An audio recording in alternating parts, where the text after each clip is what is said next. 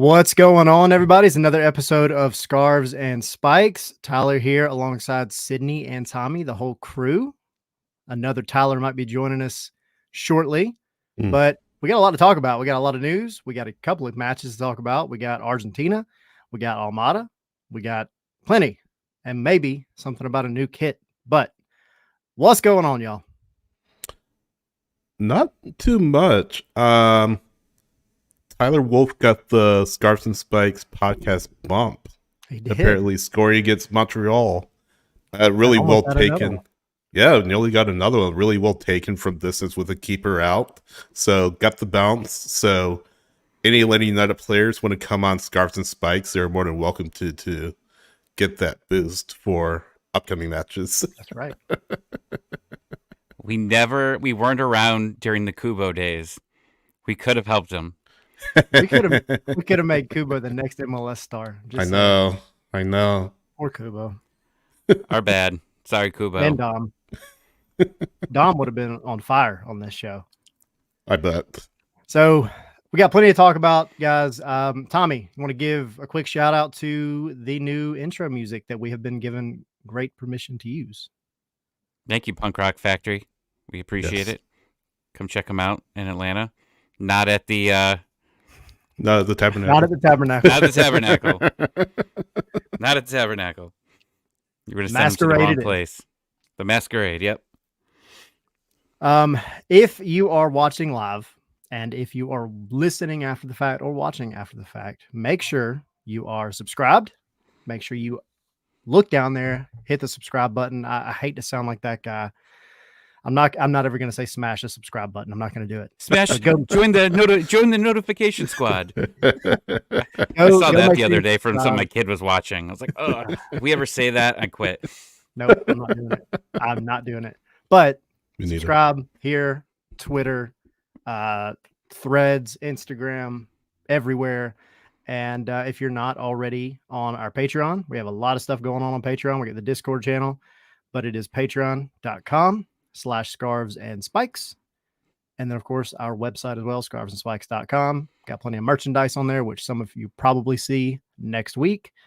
And go get you a hoodie, a bunch of stickers, hats, shirts, beer glass, whatever. So yeah, lots of stuff going on. Yeah. Indeed. I was going to get a hoodie, and I decided not to because it was 50 degrees today here in Ohio. I was like, no, we're getting towards summer. I need a T-shirt. So I got a T-shirt. Well, that's still hoodie weather, isn't it, though? I mean, I guess, but I'm thinking of the future, right? Yeah. Now, it's probably going to be snowing here in 2 weeks in Columbus. When Atlanta comes in, it's probably going to be snowing, and then I'm going to regret this decision. But I'll be that guy that's just wearing a T-shirt up in the away supporters section, cheering on Atlanta. Just T-shirt. Maybe I'll put some shorts on. There you go. Yeah. See, there are those of us that have lived in Georgia for a while, and we remember 1993, March. I think it was like the end of March, and we had a legit blizzard in Georgia. Really? Yes, legit blizzard. And I remember that distinctly. That was the first time I ever got frostbite. So I'm waiting to use this hoodie the inevitable day that we have another blizzard in Georgia in March. I hope not. No, I'm coming to Atlanta in March. I don't need a blizzard. Yeah, I need nice weather. We need to keep it away. We need to hold off till Tommy leaves. Keep it up in Ohio, buddy. Exactly. All right.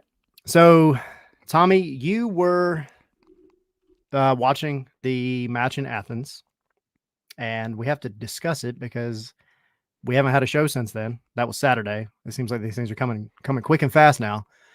But we'll touch on the match against Memphis before we hit on this most recent match, which just finished up like 20 minutes before we went live. Yeah. So I know, Sydney, you were busy that night. You were watching some basketball. But Tommy, what do you think? What do you think of Memphis out in Athens? I really like Brooks Lennon. I mean, I know that's, an obvious thing to say, but I think Brooks Lennon just continues to get better. I thought he was the best player out there. I thought Cobb also did a really good job. Defensively, it looks like we're getting better at the center back position as overall. But I just liked some of the little things that Lennon did. Firmino, I thought, had a nice few chances. The second half, I was about 30% invested into the second half. But it was the first half I was really into because I wanted to really see, all the starters there, and then Cohen. All these games are flowing together. Cohen started, right? Yes. Yeah. So Cohen started. I thought he looked fine. I do like some of his distribution so far that I've seen. Better than Brad's, but I think there's not too much that's not better than You think Cohen's going to post a distribution graphic on his Instagram? Yeah. Alongside Clement Diop. Oh, boy. Goalie wars. I think I might have said this last week, but when you look at when Brooks Lennon was extended and he got a decent pay bump, a lot of people were freaking out. Why? Why? What is he doing here that is enough to give him this pay bump? You're seeing it, right? He got Giakoumakis now with him, and now obviously you're starting to see results. He was good at a lot of the things that he did, but he just didn't have anyone to finish. And now that he's got Giakoumakis there, and now he's got some other wingers there to help out as well, I think he's really, Jason Longshore has always said that he's thought that Brooks Lennon is one of the best right backs in the league, right? Yep. And now we're seeing it. And because people always would say, well, I don't see that. Why don't we see it? Well, it was because, all those crosses, if there's nobody there, of course they're going to look terrible, right. Because they're going to nobody, and there's nobody there in the box, right, to even go for it. Giakoumakis is always in the box trying to get that cross in. So, does that change if, Joseph Martinez was here when Brooks Lennon came in, right? Because he got injured immediately, and then, it was just continuous backups and, not very good players that he was sending crosses into, maybe. But Atlanta saw what they saw and said, you know what, we're going to extend you. And now it seems like it was a good choice to do that. Yeah. The second half, though, I liked Armas. Yeah. Armas and Matias Gallardo were both on fire. And I asked, and today too. Yeah, they were phenomenal. And Sydney, I want to ask you a question, but I'll throw a quick 2 cents about Armas and Gallardo, because I asked Pineda about it after that Memphis match, and he kind of had one of those let out a breath of air and just smiled because he liked what he saw out of both of them and had nothing but praise for especially Gallardo, because they both bossed the midfield in that second half. And I quick shout to Javier Armas. I want to post up the meme of Shaq where he's like, I got to apologize because I wasn't familiar with your game. That dude is a free kick taker and corner kick taker, and he has been spot on with pretty much everyone that we've seen, I think. He is an unsung hero in that respect, and something I think the fans are going to enjoy seeing, especially with the twos this year. But Sydney, I had a quick question for you, because I know you didn't see that game, but do you, trying to be unbiased for a moment, do you feel as if Brooks Lennon has earned that call up to the men's national team? Yes. I mean, the Olympics, you can only, just to kind of set the table, you can only take a few overage players to the Olympics. Outside of that, they have to be 23 and younger. The birth year has to be like, I believe, 2001 or something like that, or later. I don't know the exact. It's an actual rule or something like that. Yes, but 2001. I forget what date in 2001. Yeah, the date has to be specific. So outside of that, you only take a few overage players. I don't know if Lennon will be one of those overage players, and that's the only reason why I would say he's not going to be at the Olympics. I don't think he was ever going to be at the Olympics. That being said, you surely have friendlies coming up this year as you look to ramp up toward 2026, that I'm sure that Lennon will find himself in. I don't think it will be him playing in Copa America against some really good opponents here in Atlanta. It'd be nice, but I don't think he's quite the player that would be able to play in those matches. But as you take a look at friendlies coming up, we don't know what those will be. later in the season once Copa America closes up later in the year, you could see him make that push for national team minutes and a few spells with the national team.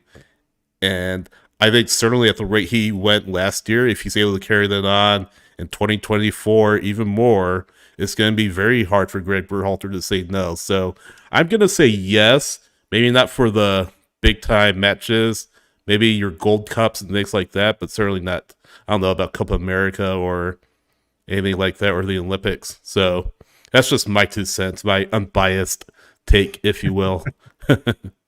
I'm biased. I believe in you, Brooks. I believe in you the entire time.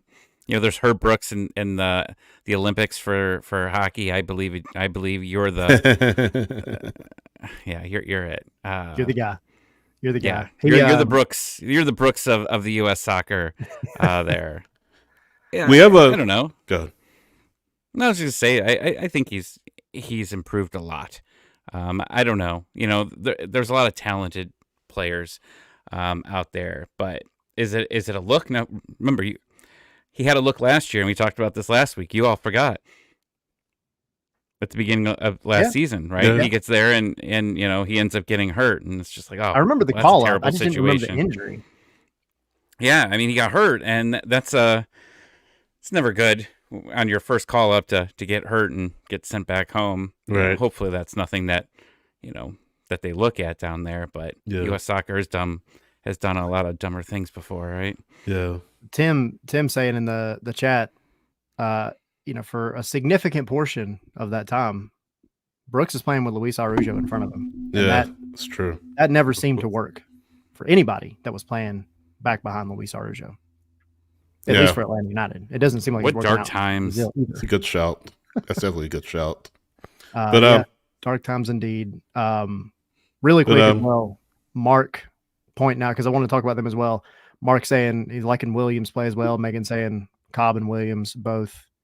So what were you going to say, Sydney?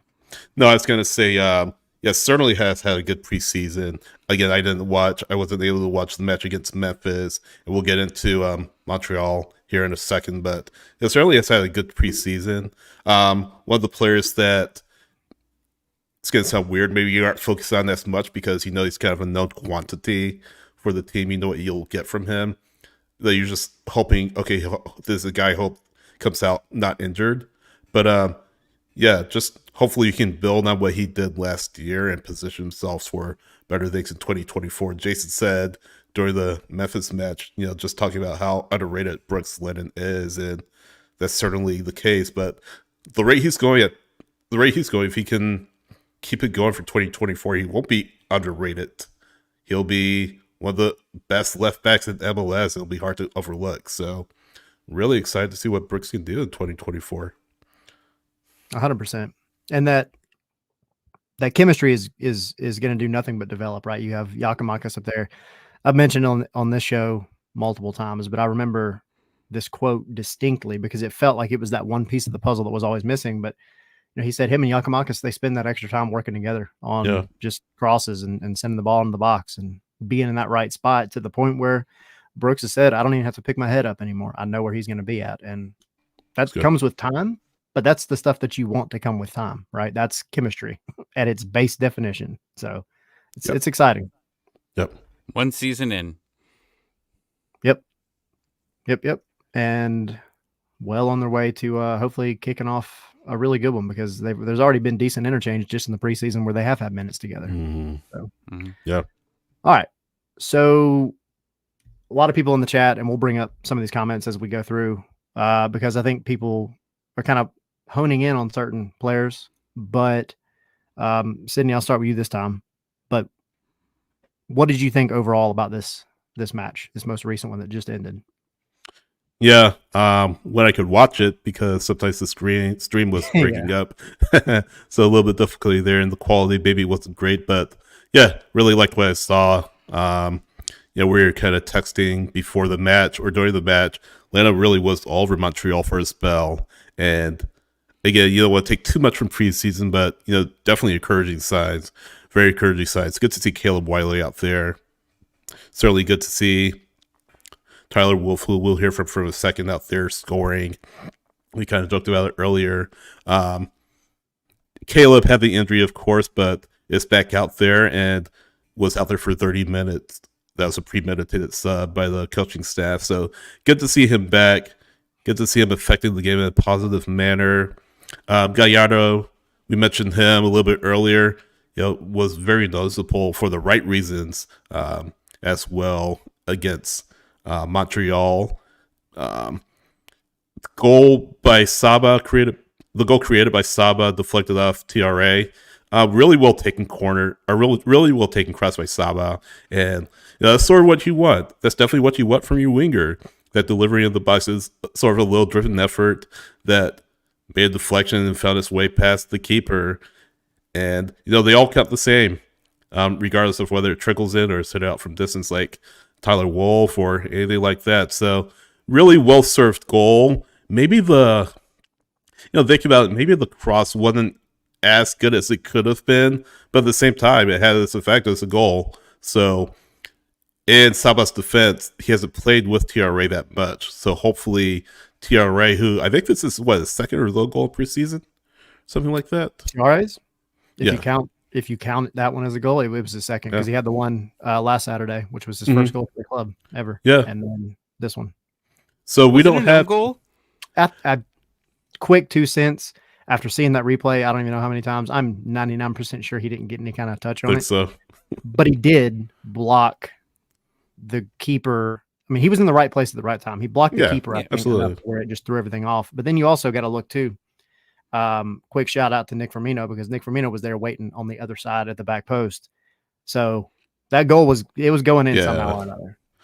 But I was gonna say we haven't had much of a frame of reference for TRA yet because of his concussion last year. But we talked so much about backup striker. Eleni and I haven't really had that player who can step in for Giakoumakis. We talk about Giakoumakis going possibly to Euros, definitely to Euro qualifying. Who's going to step in for him? Who's going to step in for Saba? I feel like you have a pretty good sense of who that will be as far as Saba is concerned. And of course, as Giakoumakis goes away to Euro qualifying, TRA will step in. So, yeah, you want those players who are second on the depth chart to be performing for you. And TRA got a good spot. Maybe doesn't get the goal credited to him in the end, but still, like you said, Tyler, right place, right time. And Firmino was on the back post. So, yeah, good goal there. And then, again, Wolff scoring from distance, having the awareness to test the keeper from distance. Keeper was caught out. He doesn't make any mistake, and it's 2-0. And could have had a third. We were talking, Tyler, before. Could have had a third. Atlanta could have had a third. He could have had a second. But, yeah, plenty of good to see. Maybe you're a bit disappointed to not get a clean sheet at the end. Maybe that's something you really need to work on. We talk about this team's mentality time and time again. So hopefully that's not that poor mentality, that inability to close out matches cropping up again. But, yeah, it's a win, and not perfect, but plenty to build on going into these next couple of preseason matches here. So that's just my 2 cents of what I saw. I don't care if they allow a goal in the second half. Like these are guys that aren't going to be starting. I'm looking at the starters, and obviously the first game or on Saturday, they allowed a goal. A couple minutes in, I was upset. I was very upset about that because they that shouldn't have happened. Here, in your first 30 minutes that you play, you keep a clean sheet, don't allow too many goals. I mean, that's fine. I'm looking at more of the starters for there. And even like in that first preseason game, when you allowed a goal, like it was just a mismatch of players, right? These next couple games are what I care about. I care about Saturday, right? The Saturday coming up, and then the following Saturday. That's what I want to see. Whenever the guys are out there that are most likely going to be playing against Columbus, those are the guys I care about that keep a clean sheet and make it look good. Like, I don't want a clean sheet and just, Cohen or Guzan's having to put on a show here. No, I don't want many chances created here. And that's really the goal. So, if anything, I was definitely upset on Saturday on how it started because we didn't really get it that much last season. Last season was more, allowing goals towards the end. But the season before, remember, they were allowing a lot of goals in like the first 15 minutes of the game. Yeah. And I was like, oh, please don't go back to that. That's not exactly what we need here. But yeah, the next two are definitely a true sign for me. Yeah. And I think the thing that fans have to kind of remember too is you have to look at these matches as almost two separate matches, or in the case of the first one out in Birmingham, 3, because you're swapping so many players. There is no continuity from anything, from the momentum of the game, the flow of the game. There's no continuity when you bring in 11 brand new guys and at 30 minutes or at 45 minutes or at 60 minutes. So you got to look at it as multiple games kind of rolled into one. I mean, it's always nice to be able to go back at the end and say, yeah, we won 2-1, or we came back and drew 1-1 or whatever. But you're looking more at what each group gives you collectively. And I think in every match so far, you've seen some positives, because you go back to the Memphis match, and that match was way more physical than it needed to be, way more physical. And they let the goal in early. They got punched in the mouth, but then they dominated, honestly, for pretty much the rest of the match. 20 minutes in, I think, is when you could kind of say it really started to shift aggressively in Atlanta's favor. And then they did well. They created plenty of chances. And then the second half was all Atlanta, and they were just unlucky to only get one, right? So then you go to this match, and the first half, or whatever, first half, first two periods, I guess we can call it. Both of them, because there was one change with Caleb Wiley, but they just looked good. I think they looked solid. They looked aggressive. And then in the beginning of that second half, they were doing really well. That's when Tyler Wolff gets his goal, almost has a second, and they were just really frustrating Montreal a ton. So Montreal kind of grows into the game, and then they make some changes, and Zilf pointed out a really good point here. Montreal ended up playing a bunch of their new signings against our twos, and in some cases, academy players. So, you have to look at it as two separate matches and lots of variables in play. Omar, bringing up, y'all got to talk about Ashton Gordon. Ashton Gordon was one of those young kids, 16-year-old, who just got the contract, but was out there playing against Joseph Martinez, right? So he's out there playing against, right? It's crazy. But, I think there's a lot of good to take from it, and they still kept the win, right? They still held them. It got dicey, but they still held them to a solid win. And that's that mentality that Pineda and a lot of the players have been preaching on. Every player that we've talked to in the preseason, at the training ground, at the bins, after matches, every one of them has something to say about defense and showing that fight and being a lot more aggressive, not just on the ball, but in these little dust ups that you see across the field. So there's a lot to look forward to. Going back, I enjoyed Armis. Oh, sorry. Yeah. Armis looks like he's like a 35-year built man. Like, I had to look up how old he was. It's like, all right, he just graduated, right? He went to Oregon State, which this will probably be the first player I ever like from Oregon State as an Oregon fan. But I saw him and I'm like, did he just stay back like 10 years? Because there's no way. And I find out he's only 24 years old. I mean, I wouldn't have guessed if we went to a fair and they said guess his age. I've been like, you're almost 40, man. Nope. He plays that traditional Spaniard ball as well. And something about Spanish, like from Spain, Spanish people, they just look more mature. I don't know what it is. Talking about Wiley, going back to him, Fetch saying in the chat, the Caleb Muyimba Silva combo left the overlapping runs and chemistry you saw early on.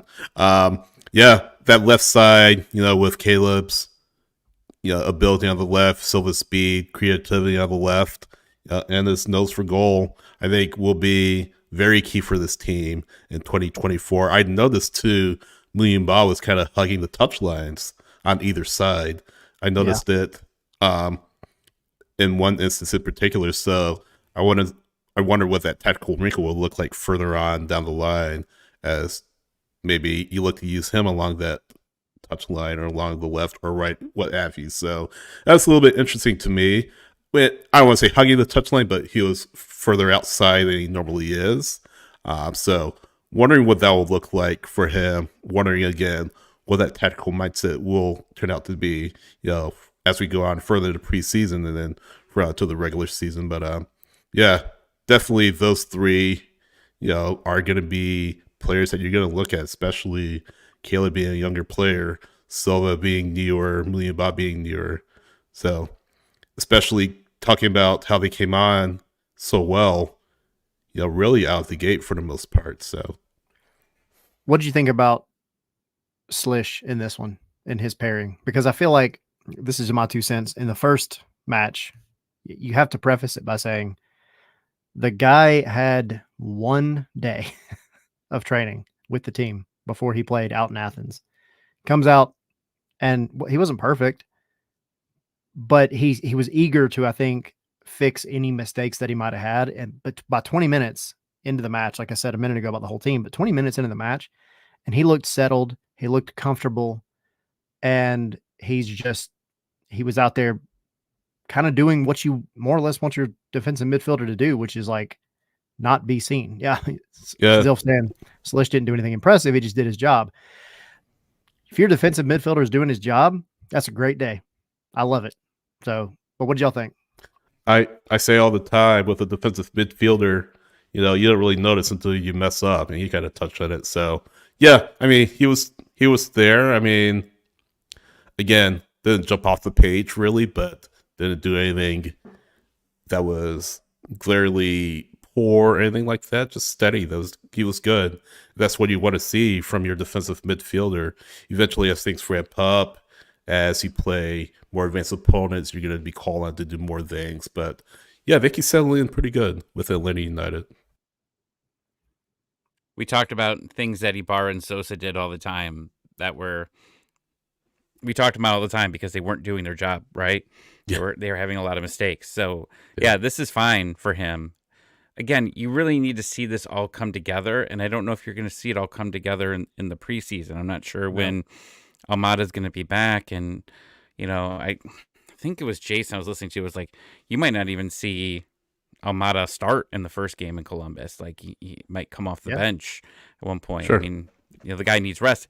At least you got that week in between Columbus and the home opener as a break. You've got that extra week off so he can rest and also just get acquainted with the team.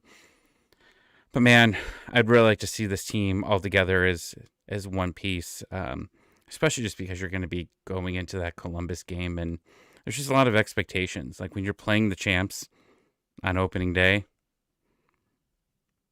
you want to impress. Yep.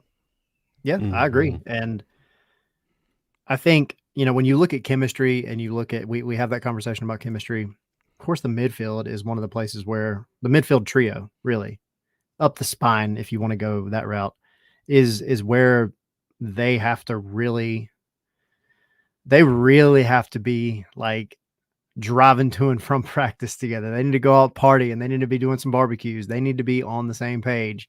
Slish needs to be showing Almada and Muyumba, Polish food, and Almada's got to take him to his favorite spots in Atlanta. Like they need to be on the same page. Yeah. And that can only come with time. And we're going to talk about Almada a little bit later and how he's doing with Argentina and everything. But that tournament ends on February 11th, regardless of what actually happens in the tournament. So he'll be back. But yeah, I agree. You might not see him getting the rollout in that first game, and which kind of sucks, but that's just the way it is. That's just the way it is when you got a player of his caliber captaining the Argentine U23 team. It is what it is. Yeah, indeed. So, let's see. Just a couple of quick things. Oh, this is my question for y'all. And Sydney, I'll start with you. I was going to ask you the one, but I'll give it three. What are the three players? Who are the three players just in the preseason in general that have impressed you the most out of all of them? Ooh. I mean, you can make it one if there's just one. Silva's looked good, so he's impressed me. But again, that's kind of a known quantity. Luke Brennan, I've really been impressed with him. Yeah. And what he's done. And then I'm going to throw in Aiden McFadden. I really like what Aiden McFadden's been doing this preseason, personally. I'm not just saying that since we... too. Yeah, exactly. I'm not just saying it because he came on the show, but yeah, he's had a good preseason as well. Yeah. Tommy, what about you? I already said Brooks. That's one. Very, very small sample size, but I like what Caleb Wiley did today. Yeah, I did too. I was very impressed. Very, very small sample size there. And then I'd say I like Mayumba. It hasn't been a lot, but I've still liked what I've seen so far. We still haven't been able to see him fully take on, I think, the more offensive role. I think that'll come when I think you'll start seeing him more dynamic when Almada comes in.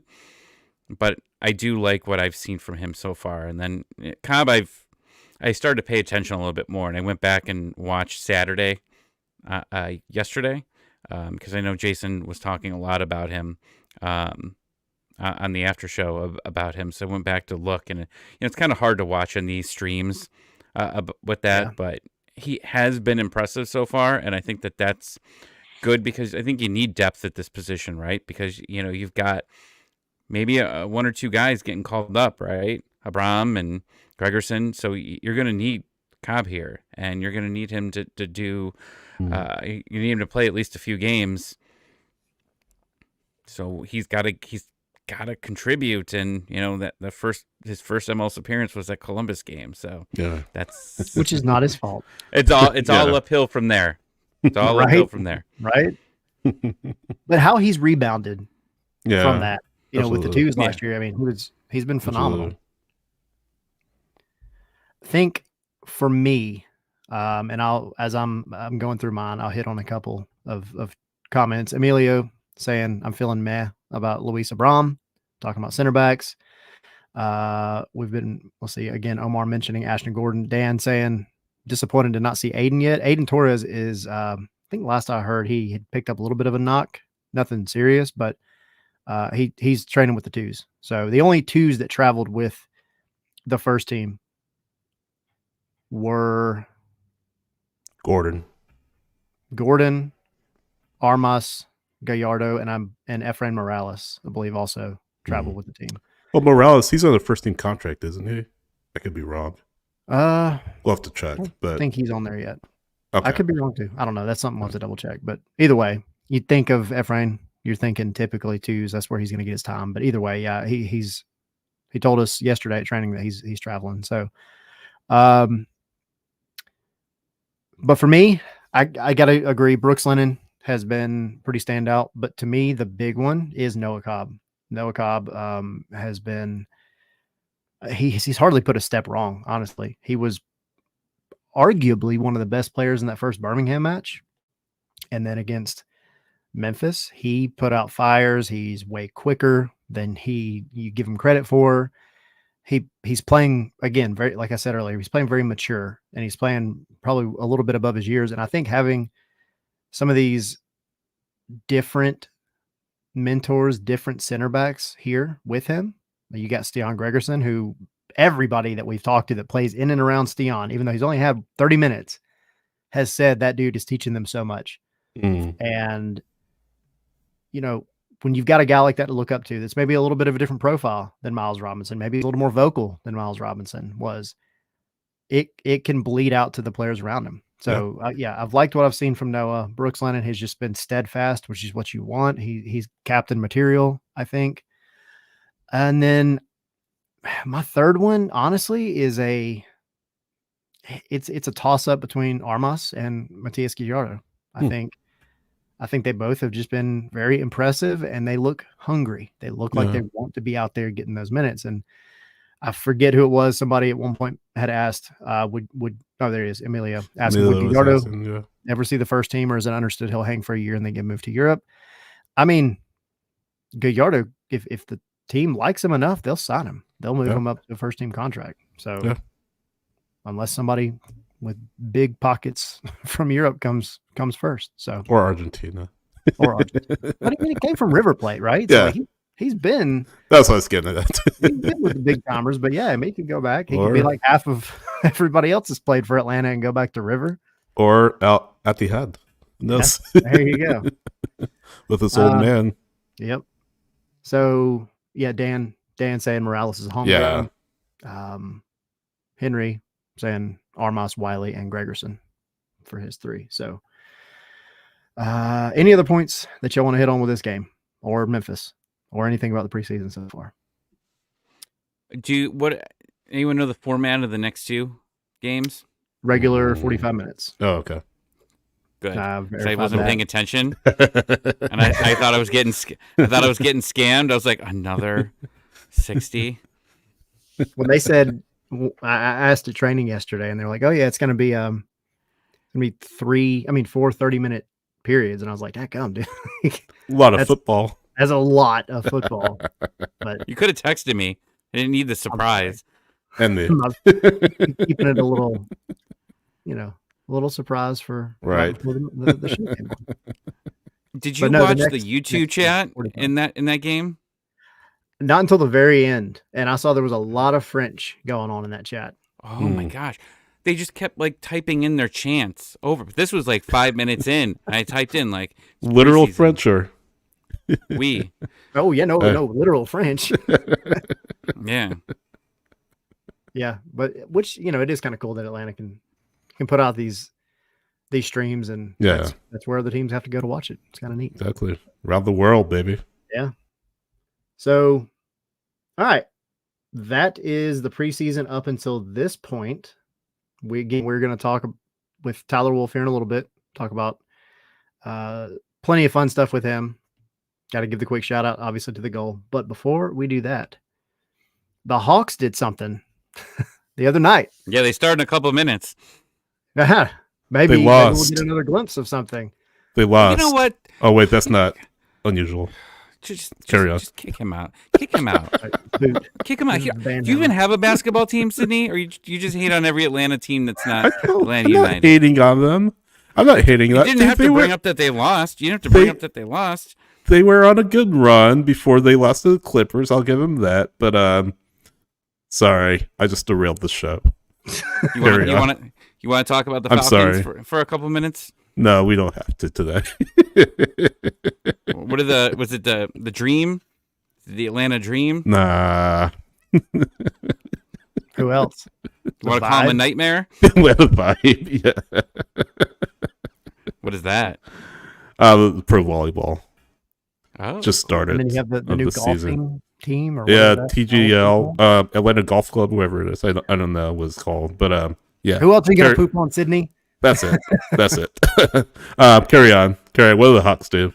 Well, we know what they did, but what did the Hawks do on? Well, this was what, Monday? Was it Monday that it happened? Yes, it was Monday. Yeah, Patrick. By the way, we forgot to say it. It's Wednesday again. Wednesday. Yes, it is. Patrick. Wednesday. Yes, winning Wednesday. Tommy, you were the one that kind of saw it, I think, and posted it up on our Scarves and Spikes Twitter, but what happened?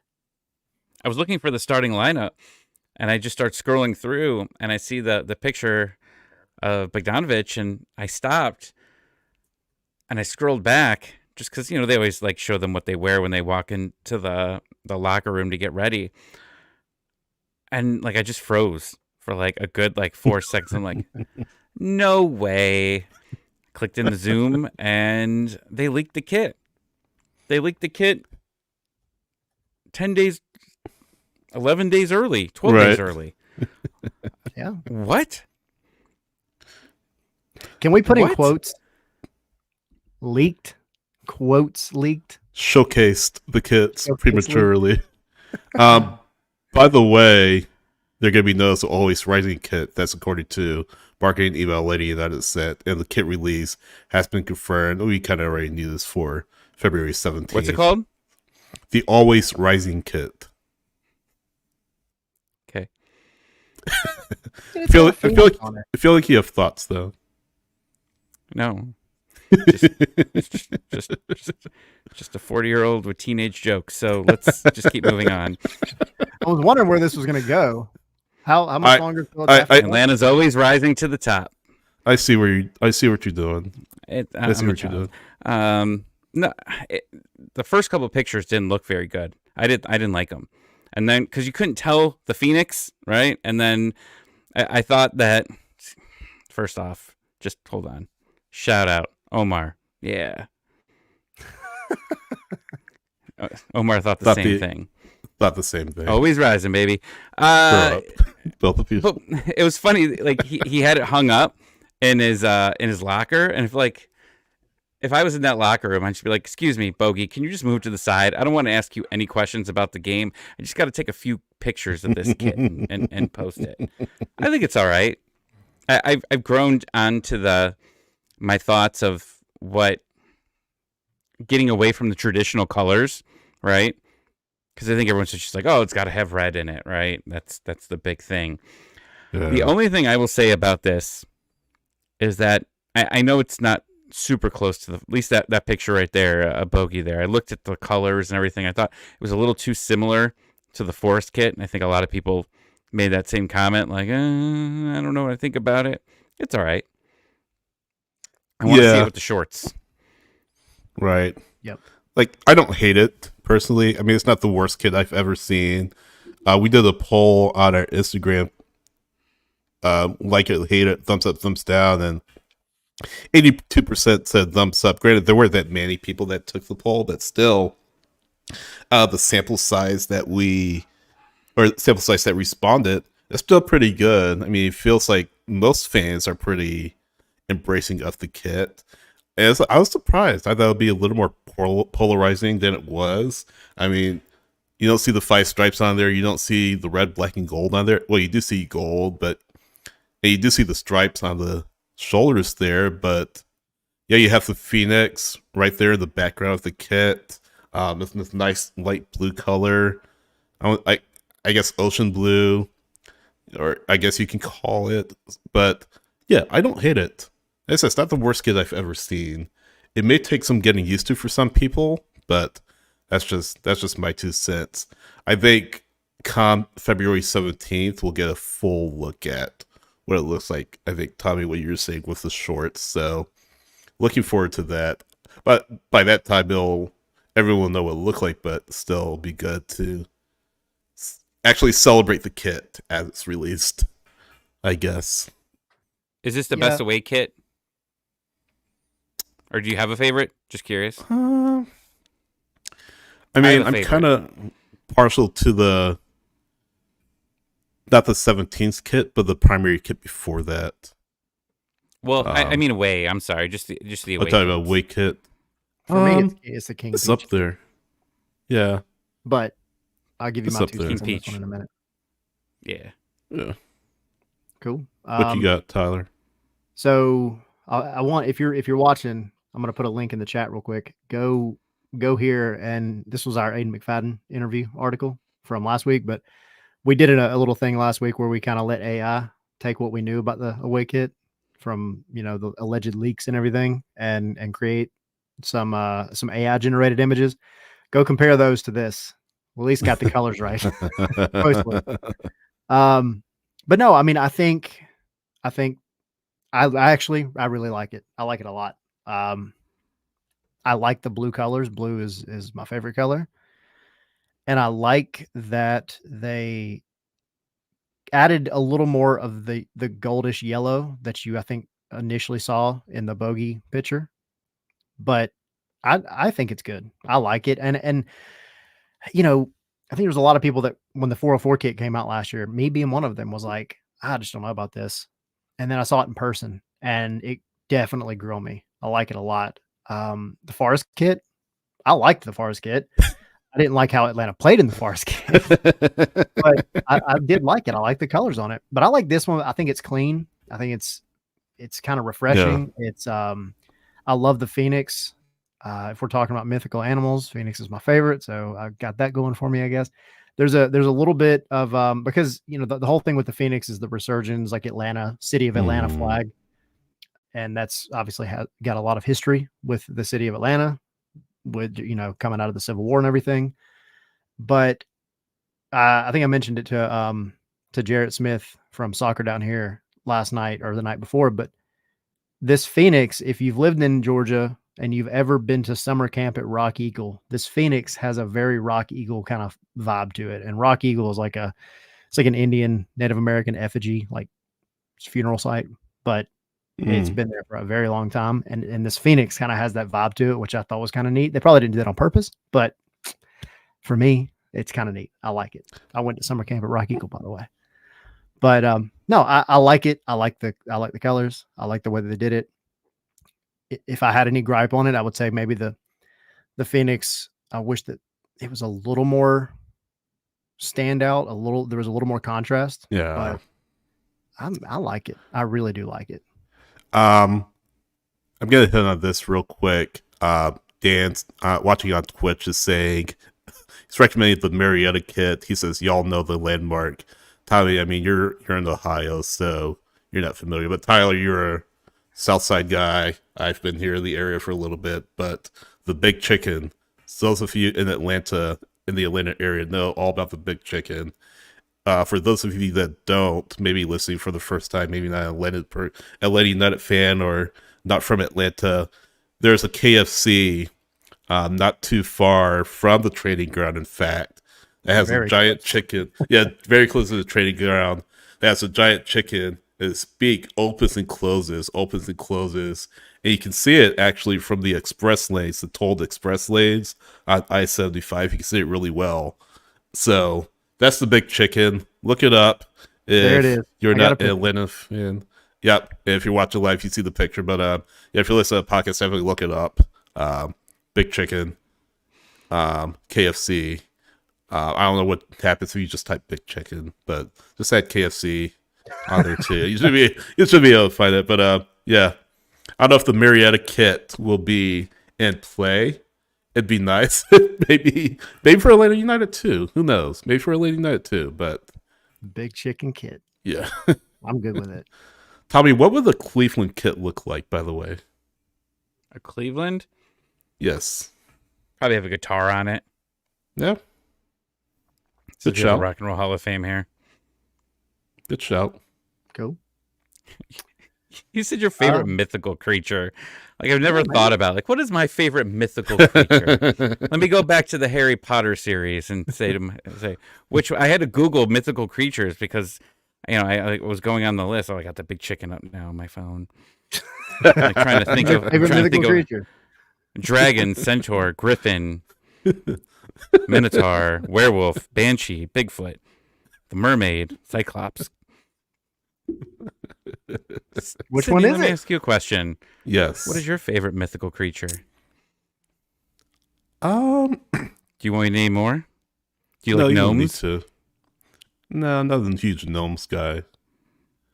Maybe the griffin, because my college mascot was a golden griffin. So I'm going to go with that. There you go.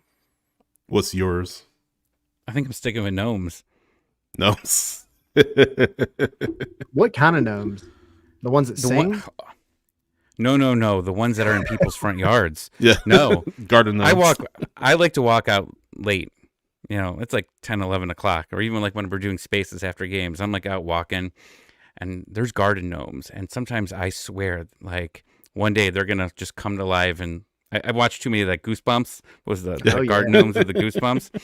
But man, sometimes when I'm out late, maybe I've had a few drinks and I'm walking home or something like that, and I see those gnomes. I don't know. I don't know what's gonna happen. Try to get yourself home in a hurry, right? Here lies Tommy. The gnomes got him. Yeah. How in the world did we get on this conversation? I don't know. My favorite mythical creature is. Yeah, my bad, Henry. My favorite mythical creature would be a phoenix. There you go. Easy answer. Anyway. I like it though. I like the kit. I like the Phoenix. I think I like it probably more than both of y'all do. But put my flag in the sand. I like it. I like it a lot. Just wait till the gnomes kit comes out. Yeah. The whole kit, that's the thing. I like this one because it's one of those like you could wear that as a shirt just out because it's clean, like obviously you're wearing a soccer kit, but you might not walk outside all the time wearing one of these necessarily, like to a restaurant or something, but like you throw on a blue shirt like that and it doesn't look bad. It looks like it'll go with just about whatever. I forget what that kit's called, by the way. What's that kit called again? This one? Yeah. The 17's kit. 17's kit, that's right. Yep. I thought that was the previous kit. Yeah, 17's kit. Yep, 17's kit. Yeah. I see some people in the chat saying their favorite was the Forest or the Strawberry and Concrete, the OG away kit. I'm pretty partial to that personally. Strawberry and Concrete. I like it. I like that one. Peach. It was either loved or hated. Yeah. I had a cigarette butt burned into mine. So I guess flicked some cigarette ash and burned a hole in the shoulder. I don't know how it happened, but yeah. Is that why you quit smoking? It wasn't my cigarette ash I should add, but it somehow some got out of me. But anyway. It brings character to your kit. Strawberry Concrete. Yeah, I know. I mean, it looks like you've been in Atlanta. Right. No doubt. That's a good point. You got carjacked. Definitely does. Definitely does. All right. So cool. I like it. The kit is allegedly going to be here in the next week and a half or so. The official release, I think, is kind of what everybody's looking at. So maybe we'll see some more pictures of it between now and then. Who knows? Maybe. But we have an interview with none other than Tyler Wolff. Mr. Tyler Wolff was kind enough to come on a couple of days ago, chat with us, have some fun with us. We've had a lot of Atlanta history in this episode, and you're about to get some more. So it was good. It was fun. Tyler, over the past, I think, year, has really come out of his shell. Always super nice kid, super nice guy. But I think he's really growing in his confidence in a lot of ways, and I think it's showing in his game. So without further ado, enjoy Tyler Wolff. Hey everybody, we're here with Tyler Wolff, Atlanta United winger and member of the much larger Wolff family that is all over the country, it seems like. Tyler, how's it going, man? I'm good. How are you guys? Good, Tyler. We appreciate you coming on, man. We're gonna dive into it. Let the fans kind of get to know you a little bit better, a little more than they already do, and just have some fun with it, man. Let's do it. All right. So starting off, kind of, I guess, with the basic, more business oriented stuff. But for this season, what are some of your personal goals that you can share both on and off the field?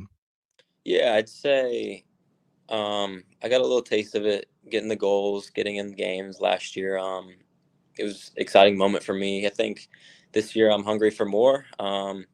Speaking with Gonzo, talking about competing for that starting role as a winger, me and Shonday going at it, whoever it is, Derek, just making it tough for him, tough for Gonzo to make a decision. I think for a coach to have that, it's good. And then for me, Shonday, and the rest of the wingers competing, making each other better, there's not much more you can ask for, I think. Going forward this year, looking to fight for that starting spot and make an impact whenever I get in the games.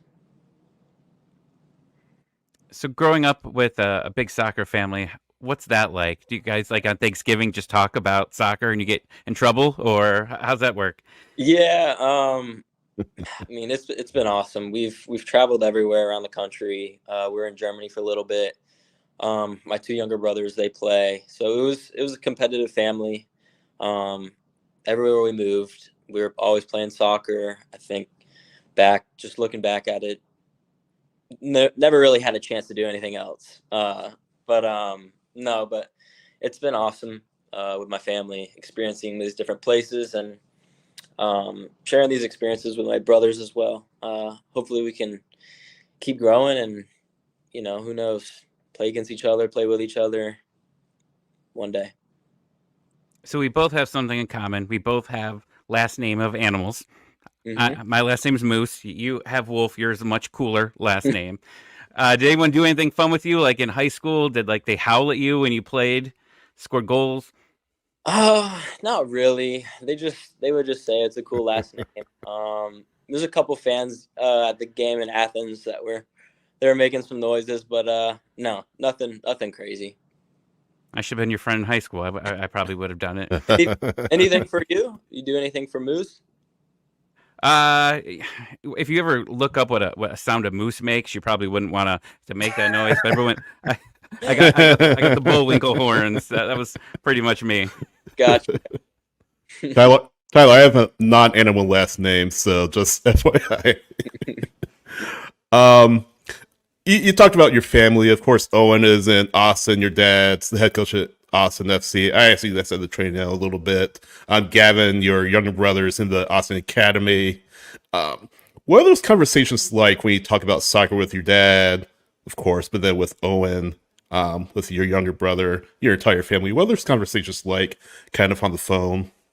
Yeah. I mean, I'll call my dad after a game. You don't want it to be so much soccer. You still want there to be enough time to connect with your dad, with your brothers, with your family. So I think making sure there's a good balance is important. But in terms of talking really with all of them, we keep it pretty calm. Just little tips, little jokes. Just I guess I haven't talked much with my brother about how it's like having your father as the coach. I'm sure it's an interesting dynamic. I'm sure some days he doesn't want to hear it when he gets home. He goes straight to his room, or some days it's a pointer. So it depends on the day, depends on results, I think. Well, you saw the fixture list for 2024, and Austin wasn't on there. Were you a little bit disappointed because you've never played against your dad in MLS? You were a Bavarian in Belgium in 2022 when Austin played. So was there a little disappointment there? Or? A little bit, yeah. It would have been pretty cool. I think I want to, see the atmosphere in Austin, and then playing against them, it'd be awesome. It'd be a really cool experience for not only us but the family. But yeah, it'd be a cool story. I'm sure it'll happen, so I'm looking forward to it. But yeah, bummed it's not sooner. Yeah. Who's more competitive, you or Owen? Let's see. We both got a little bit of fight in us. We played together in Atlanta our U17 year. Yeah. There was a few of us out there, so it would get pretty heated sometimes. We were definitely arguing in training. It wasn't at training, it was at home. I don't know. It's pretty close, I'd say. Who's a better golfer? I think I'll take that title. Okay, there we go. You don't have to be humble about it. I'll take that one. Yeah. There you go. So in the last summer transfer window, Silva and Saba come in, really change the winger room, right? How is it working with those two and learning from them? Yeah. Obviously we saw it when they came in. Just the camaraderie, the excitement. I think when they got here, we're scoring goals. I think at one point if it wasn't them two, it was me or Edwin coming in scoring. It's a different energy. I think I can learn from Shanday's just ability to go at guys 1v1, his power, his speed, taking on guys. I think that's something that I can add to my game. And then Saba, he has a lot of quality around goal. Makes the right pass, makes the right run. So just little things that I'll catch on in games, practices. Yeah. Awesome. What are kind of your expectations for those two in 2024? Like you said, you came out pretty strong last year, so only up from here, right? Yeah, I mean, I think I mentioned it in media one day. We're one of the highest scoring teams, so I think if we can just get off to a hot start, all of our attacking on the same page, guys, whether they're starting, coming off the bench, scoring, assists, if we can get going as quick as possible, that'd be awesome.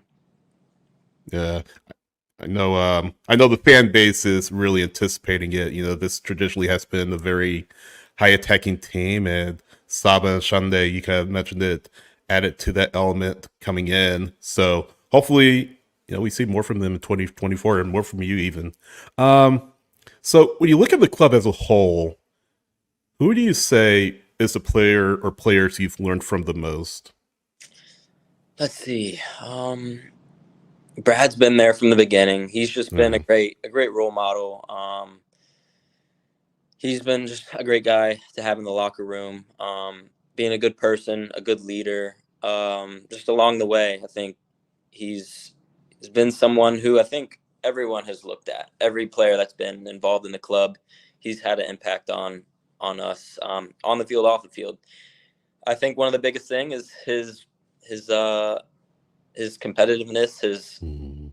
He's a winner. He's been a winner his whole career, and I think one takeaway is just that every time he steps on the field, he's there to win, and he's there to bring the team with him. So I think he's one guy that's stood out, and he's been there alongside since I've been here. So yeah. This kind of pairs to a funny story from last year, but in Orlando last year, I was there, and they stuck us in that lunchbox of a room after to do the media stuff, and you had scored the goal to draw late, and Brad, I remember watching, was back there losing his mind at one point for something totally different. But what is it like to be on the pitch with Brad Guzan, where I know the type of person, but he's not okay with, I think, anything less than perfection, it seems like, but he's going to be screaming at you and then loving on you at the same time. What is that dynamic like? Yeah. There's some points where you just got to sit there and you take in the information that he's giving, whether, you agree with him or not. He has so much experience and so much just say with the team. So, no, he's a competitor and everyone knows that. So there's no hard feelings whenever he's doing his thing. So yeah, he's the leader, he's the voice. So, he's been the captain for a while now. So whether you agree with him or not, kind of just, you go on with it, you learn. You don't really take it to heart. He's like a dad figure, I imagine, at this point. For sure. But was it scary the first time?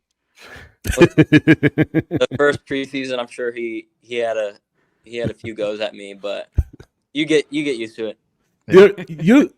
Brad and your father, they played on the national team at the same time, right? Correct me if I'm wrong. I believe they did. Okay. What, maybe, yeah. Okay. The timing sounds right, I think so. Yeah. All right, so these are going to be kind of more like rapid fire questions, and I told Aiden McFadden, he was on last week, they're not like super rapid fire. You got time to think about your answer, but just some fun stuff. So the first one being, what does your pregame playlist tend to consist of? Man, in the locker rooms, Thiago and Edwin are playing the music so loud. You don't really get a chance to listen to your own music. I mean, it's going through my AirPods, so whatever they got on, I'm kind of listening to what they have. Yeah. Aiden said Avril Lavigne last week. Are you keen for a little Avril Lavigne, or? I listen to a little Adam Levine for sure. Yeah. That's awesome. Do you have a favorite band or artist, musician, or anything? Let's see. Or if it's easier, what are you kind of listening to now? Yeah, I mean, I'll listen to rap, some pop. Let's see, who else is out there? There's some Justin Bieber. There's some Post Malone. Man, there's so many guys. Yeah. It just depends on the mood, yeah. Yeah, I got you. Is there any specific pregame ritual that you have? Anything at all that you do? Yeah, I mean, let's see. Usually on the way to the games, I'm calling my family, my mom or dad, whoever's available at the time. Just trying, I guess, before the game's before you go up for warm-ups, I kind of like to visualize in my head, what do I want the game to look like? What impact will I have? What's the opponent going to look like? So kind of trying to get your mindset in a way to be more prepared before you step on the field. That's one thing that I've always done, and I felt has helped from a young age. Okay. Do you have, out of anywhere in the world, do you have a particular favorite soccer player? It's got to be Messi. Growing up, watching him, coming home from school, watching Champions League, he's just ridiculous to watch. It's got to be Messi for sure. A little surreal that you're playing in the same league now. It was. I think, what was it, when we played away in Miami? Yeah, it was chills. It gave me chills for sure seeing him. No, an awesome experience. Yeah. So you had a little bit of time in Europe, but if you could, or if you weren't at Atlanta and you could pick any team to play for, what would be like your dream team that you'd want to play for? Yeah, let's see. I don't have like one. I'm not like a huge fan of one team. I guess like managers I'd like to play for would be like Pep. I'd say Pep. Watching his Barcelona teams, watching his Man City team, how they can control a game. Their style of play I've always found really nice to watch. So I guess Pep's Barcelona or Man City teams. Yeah, that would, I guess, go with that. Okay. That's respectable. It's a high bar. I like it. All right. Know you're a golfer. You have a dream golf course that you want to play on. Man, let's see. Out west, Pebble Beach, I think would be there, and then it's a long shot, Augusta. Yeah, that'd be a tough one, but yeah, that'd probably be a dream. Augusta. That's selling Right. a kidney. We were talking before about the World Cup in 2026 and the money you get out to pay to go there. Going to Augusta is gonna be the same. Yeah. Sure. All right. So this one kind of came up. This one's a little funny. But do you have any idea of the Ask for the Wolfman reference in Atlanta? Have you heard this before? I don't think so. All right. So some people at games have shouted this at you, and it's a good thing. It's a term of endearment. I'll tell you that. I'm going to show you a picture in a second. Okay. But quick story. There was, and the place is still around, but in the 80s and 90s, I always saw it when I was a kid in the 90s, but there was a furniture store in Atlanta. There's two of them, and they used to have these commercials, right? And this guy he was just a normal dude, but he looked like a wolf. All right. His hair, the whole 9 yards. And his motto was, for gallery furniture, he would say, "Ask for the Wolfman." And so that it was all over Atlanta TV when we were kids, right? So this guy, this is, if you hear this in the future, this is what he looks like. So that is where the Ask for the Wolfman reference comes from. If you ever hear it, anybody yells it to you, now you know. There you go. Oh, wow. Yeah. I learned something new myself too. It'd be crazy. No, I've never heard of that. Well, I mean, another instance of wolves being cooler than mooses. Jeez, right. Look at this guy. Yeah. This guy owns a haunted house for sure. For sure. No, there's no doubt. Yeah. Cool. So, is there anything that you would want to tell the fans for the season? Anything that you want to share with them? No, I just think, I think we ended the season. No, it was a little. I'd say towards the end of the season, we had some good games. I don't want to say peaking, but I could feel it, the energy in the team. It felt really good to be a part of the team. It felt like anyone could score at any moment. And, with the new signings, everyone was just on the same page. So I say, going forward, our goal for this year is to get a home game, a home playoff game. I think when we're on at the Benz, no one can really come in here and beat us. I think we have so much confidence at home, in front of the fans, the energy. There's no doubt that we can beat anyone at home. So our goal going forward this year is to definitely get a home game. Get the Is it the same? Is it the same format as? I think so. Yeah, the best of three. Yeah. Yeah. Same deal. Yeah. I mean, we went to Columbus away, so yeah. We had our two home games, playoff games at home. I think that sets us up huge for the rest of the playoffs. Yeah, 100%. You killed it at that home game at the Benz in the playoffs. Yeah. I mean, Yeah. Columbus, they did not look like MLS champs in that one. No. So, yeah, if we can just get that going, repeat those quality plays and quality performances from the team, I like where we're at. I like nice. Sweet. Awesome. All right, awesome. Well, thanks, man. We appreciate it, and you're welcome back anytime. And best of luck headed down to Tampa. Awesome. Thank you so much, guys. Hey, good luck this season. Yeah, awesome. Thanks, Tyler. Good stuff. I think you thought I said Adam Levine. Yeah, I noticed that too. I didn't catch that when we were doing the interview, but Sheath saying, I was waiting for y'all to ask about the Avril Lavigne conspiracy, Tommy. I'm so sad I wasn't there for McFadden's interview. Right. I would have did it. I would have embarrassed you guys. I would have felt terrible.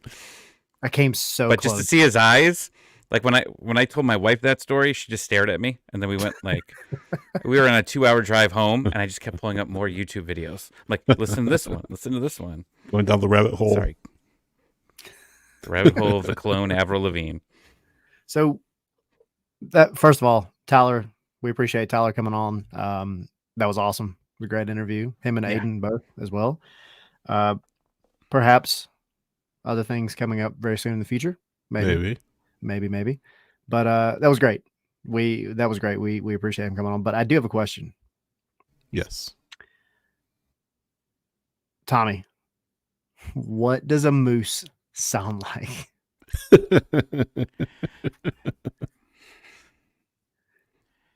Do it. It's kind of like what? Well, first, I gotta get into the.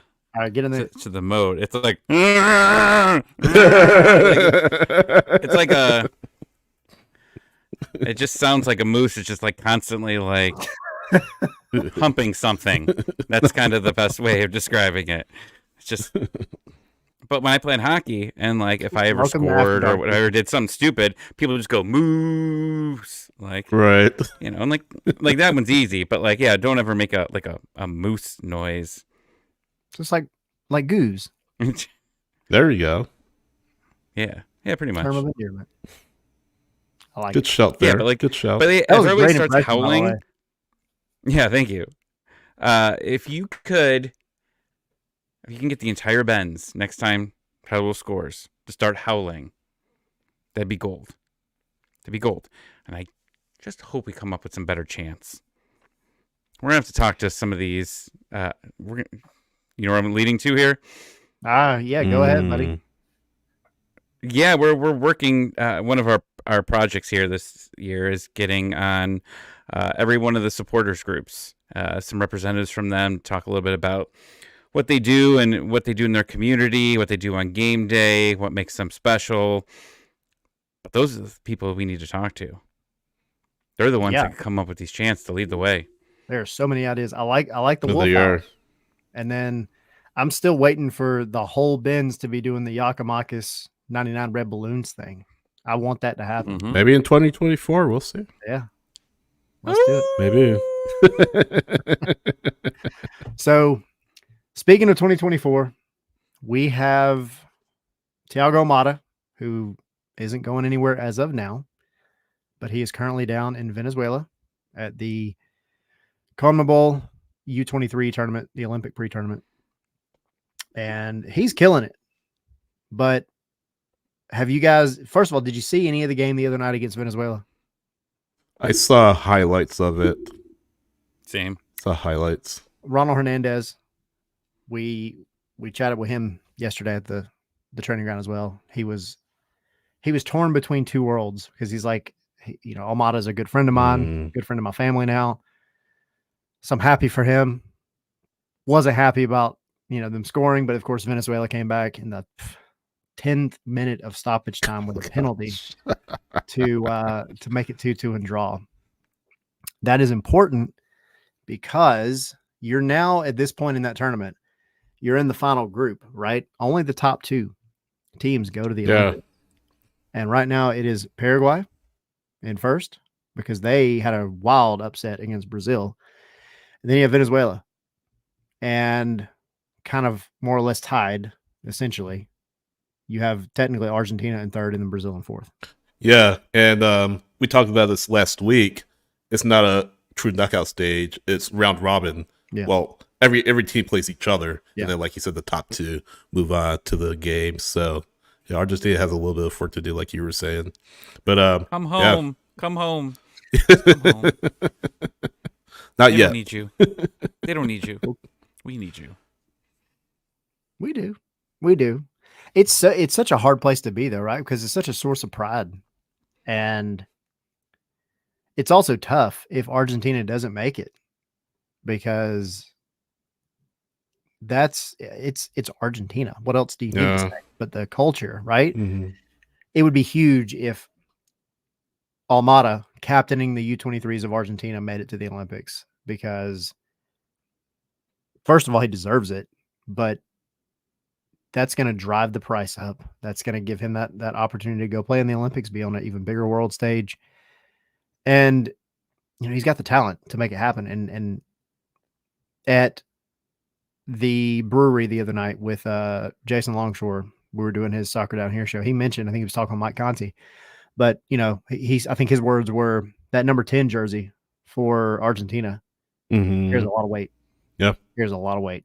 And if he can successfully guide that team into the Olympics, that's going to be huge for him, just for on a personal level down in Argentina, but it'll be huge for his career as well. He got the goal, and then things went a little wild because you had red cards, you had people getting sent off, you had a bunch of craziness. But you've had a pretty wild end to this group stage. And just to kind of lay it out real quick before y'all hop in. So they essentially have to get some results out of these next two matches. And Brazil is one of those. They're not going to be happy that they got whooped by Paraguay. Yeah. Brazil's not going to be easy. Brazil's not going to be easy. And really, none of these teams are easy. There's no easy Brazil team, but it's Brazil, right? You got to go and put your best foot forward against Paraguay. And then you've got Brazil, and it's not going to be a cakewalk. And it reminds me of that group stage in the World Cup in 2022 with the US, where it was like, they really should have won that first game and made it so much easier on themselves, but they didn't. And then they had to really fight their way out of that group. And they did ultimately, but Argentina is now kind of in the same place. They're fighting a little bit of an uphill battle, and I'm curious to see how Almada handles that pressure. Exactly. He's the captain. He's the leader. And how does he step up? That's been a question we've asked him in big games in the past. And this is another 2 big games coming up. So how does he raise this level of play? How does he help this team get to the next level? I mean, it's not on him, obviously, but we've kind of seen what he does when he tries to take things on himself.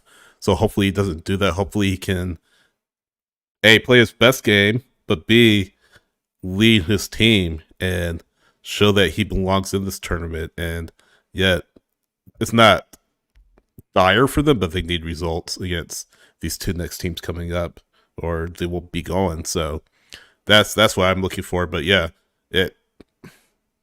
he's got to step up. He's got to step up. And he has throughout this tournament, but especially in these final 2 games of, I don't call it the group stage, but like the final round. So when's the last game? February 11th. So he has 2 games, right? Yeah. They're fitting them both in the next 4 days? Mm-hmm. Wow. Yep. You got one tomorrow. And then that last one on the 11th. Wow. Okay. So realistically, he could be home on the 13th-ish, probably. could be. Yeah. Be home in time for Valentine's Day and Yeah. get some candy. And you just rest him at that point, I think. I don't think his role's really going to change too much, but I mean, that gives him a full week and a half to rest for Columbus. I think a lot of people here, I'll speak for myself, but I care more about Atlanta United than the Argentina national team. Okay. So you say don't play him in the last preseason game? That's what you're saying? Oh no, you don't let that guy touch the field at all. Not He even just for rests 30 him. minutes. I mean, Playing devil's advocate, but no, just have him hang out, yeah. sign some autographs, kiss some babies if anybody's there. It's probably a closed one, but whatever. Just let him stay. Like, let him get healthy. Obviously, I think the plan for him hasn't changed too much, right? I don't think the tactics are changing that much for what he has to do. And yeah, just plop him in Columbus if you can. I mean, I think a week and a half rest is more than enough, right? I mean, again, his plane ride would be on Monday or Tuesday, so he's got a full week and a half to fully recover. I'm sorry, Atlanta needs him. Like, they need him for Columbus. Columbus is still good. They're going to be a top 4 finisher. I think, considering, and you mentioned it earlier, you have that like 2-week break, if you want to call it a break, right after the opening match. That, I think, makes the question a little bit easier for Pineda, because Almada is one of those guys that it doesn't matter the chemistry aspect. I mean, the chemistry aspect matters, right? Like, he's got another defensive midfielder behind him that he hasn't played with at all. But Almada is one of those guys that you can drop into any team on this planet and he'll make it better. So, yeah, you might see some miscues in Columbus if he does play, but it's not going to be the end of the world, I don't think. Yeah. And you're still better off with him not having practiced than you would be otherwise. So I don't think it's a stretch to see him play in that one. Yeah. I mean, he's a known quantity, so yeah. I mean, how much more are you going to see with Thiago Almada in the preseason? Yeah. So, yeah, sit him out. Let him lose against Columbus. Yep. So he's back at it tomorrow against Paraguay. And then, like we said, that last match is the 11th against Brazil. And that Brazil match is going to be crazy.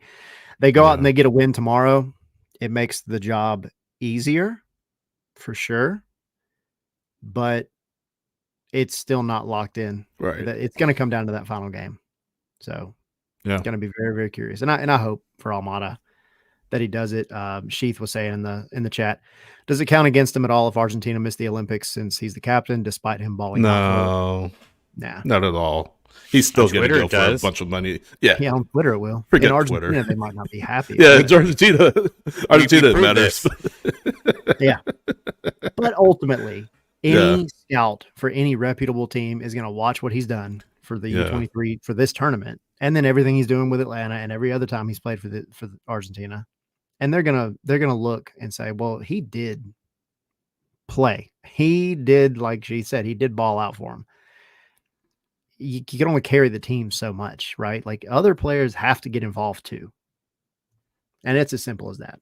They can look at him and say, he'll, a team will look at him and say, he is still good enough. He captained that team. He did a great job, and that's not going to have any negative impact on him. Yeah. It's going to be on FS2, by the way. So if you have a chance to watch on FS2, it'll be streaming, obviously, on the Fox Sports app. So, yeah. Thursday and Saturday. Yep. It's coming up quick. So we have another match coming up Saturday. Speaking of Saturday, and it's going to be at the same venue they were at today, All Long Stadium down in Tampa, or technically St. Petersburg, Clearwater, whatever. But Tampa Bay Rowdies is going to be the match. So another USL Championship team that the Twos have a lot of history with. But what do y'all think? What are you looking for in this one? Now that we know it's 2 actual 45-minute halves. No one to get hurt. I mean, it's a second division side. I mean, anything can happen. Obviously, it's preseason, but I feel like the youngsters will get a little more time in this one because they match up to them. I feel like a little bit better. You're going to see maybe a little bit more of your second string players that are second on the depth chart in this one. I feel like Sporting Kansas City will be more of a traditional first team versus first team match. That's just my guess. But again, just get sharper, just get cleaner, just continue to build that mentality. Again, it's a team that will be looking to get themselves ready for the USL Championship season. That a really strong USL Championship side traditionally. So that's what I'm looking for. No one to get hurt, and you just to continue to get sharper and more focused as the season is not too far off from now. I'd like to see them get a ball boy. It was really you see Brooks Lennon just have to run. I think Jason said, "Oh, he's just getting a few extra steps." I thought that was a funny line. Props, Jason. I'd like to see Giakoumakis. You know, I know they said that he felt something, right? Yeah. And that's why he didn't play this week. I'd like to see Giakoumakis get in there. I'd like to see Gregerson. I'd like to see the entire squad out there that's the starting lineup besides Almada. And, you know, Firmino probably ends up, you know, playing that spot, or maybe Armas has shown enough to earn a little bit of playing time with those guys. Maybe. I don't know. Yeah. But you need to continue to grow the depth. I haven't been very impressed with Saba.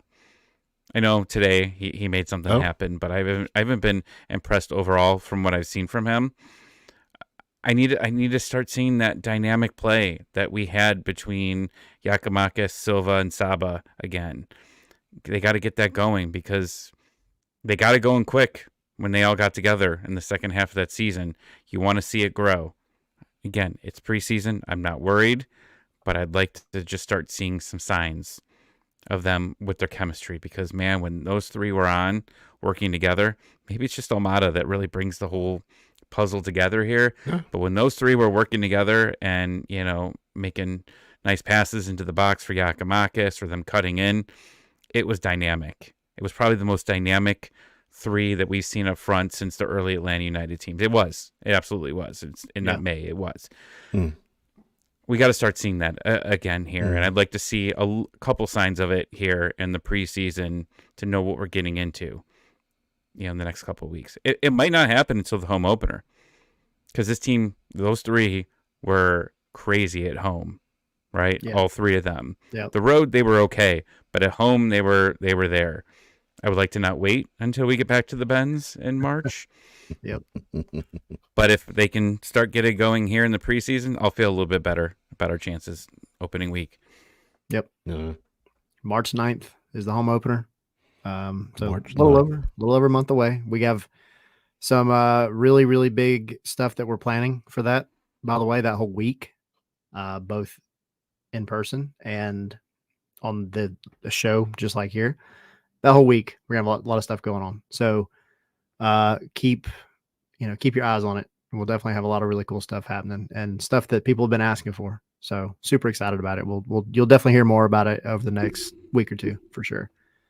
Who else is going to be in Columbus in Atlanta for the opening week? Oh, all right. I think, yeah. Bullwinkle. Oh God, don't start. This isn't high school. You can't bully me. This isn't 2001. Okay. There's new things. You can't. There's no bullying. I mean, you did the noise. Tell my mom. The kid used to come up to me. He's like, "Oh, there's Bullwinkle." Oh, I threw chocolate milk. I thought I threw chocolate milk on his pants. Yeah. I got suspended. That will teach him. Sorry, Mom. All right, see, I'm flying in. I'm flying in. I'm excited. Nice. Yep. It'll be good. Love it. It's going to be a crazy. Yeah, we have the whole crew. The streak that I'm on right now is pretty damn impressive. Yeah. I finished the season in Cincinnati, went to all 3 playoff games, going to Columbus, and then going to the home opener. We went to Columbus for what? Oh, and I also, too. Yeah, I went to MLS Cup as well, but yeah. But my streak of Atlanta United games it's going to reach 5 straight games. Reporter Tommy over here. There we go. Exactly. Me and Doug. Just me and Doug hanging out all the time. No, we're gonna have a really cool opening week, for sure. So if you're listening to this after the fact, keep an ear out, keep an eye out on the social media everywhere. It'll be really, really cool. Sydney, what do you say? I was saying stay tuned. Oh yeah, stay tuned for sure. That's all. Yes. So let's see. Last thoughts on Tampa Bay for me. Other than, I mean, I agree with both of you, what y'all said. progression is my main thing. That's what I want to see. Progression, no regression, no injuries. Just and the squad having some fun. I think, continue to show that fight. And, you're down there for a reason. You're down there to grow together. Just a lot of stuff that we don't see, right, as fans. Those bonding moments. I always remember the rock, paper, scissors tournament that they had last year in Mexico. That was pretty cool. Right. I ended up doing that with my U12 team. But yeah, that's all I want to see. Just progression, no injuries, and fun football. So, and rock, paper, scissors. And rock, paper, scissors. Predictions. What's it going to be? 3-0. Okay. Coming in hot. I like it. You're on mute, Tommy. Muted. He was on a roll. He has never been so sure about anything on this podcast, except that right there. We always ask him, "What's it? What's it like?" He's no. Tampa Bay Rowdies, take this tape, because Sydney never has a direct answer like that ever. That is locker room footage that you show them, and he thinks the Tampa Bay Rowdies are the worst team in all of soccer. He said it with his eyes, and he said 3-0. He said 3-0. Play this before the game. Let the anger come. But what's your prediction? Atlanta wins 4-0.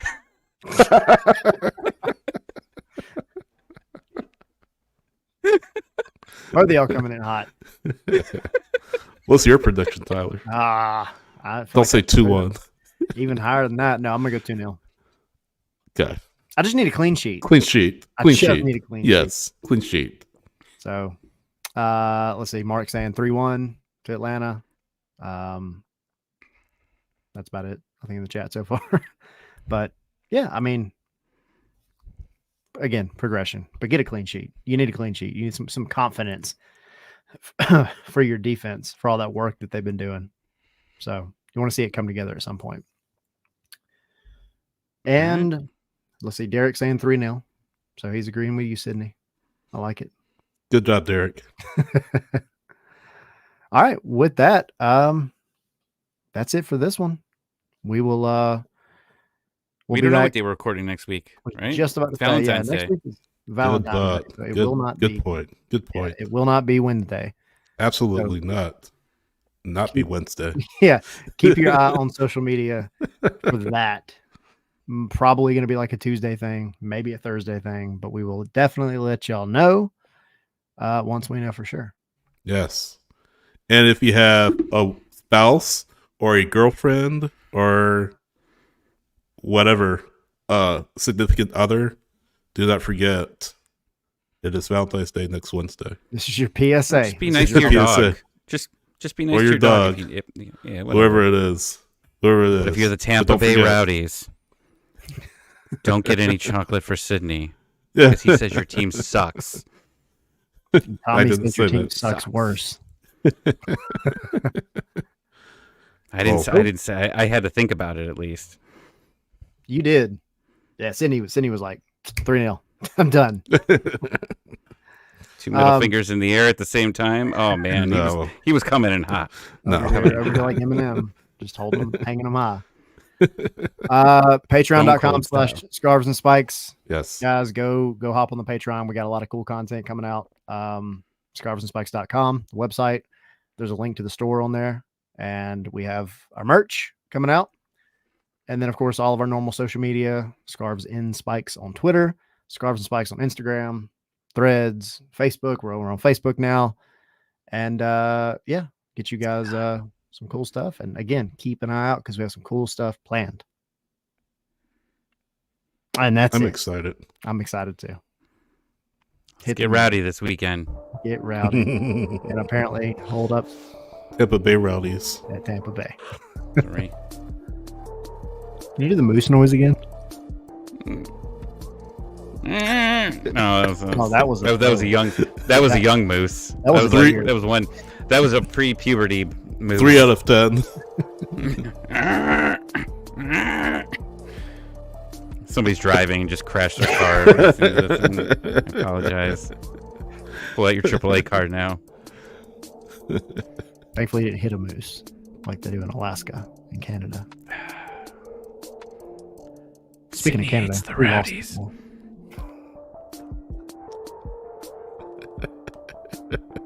Hates them. Worst team in all of soccer. All right, peace, guys. Bye.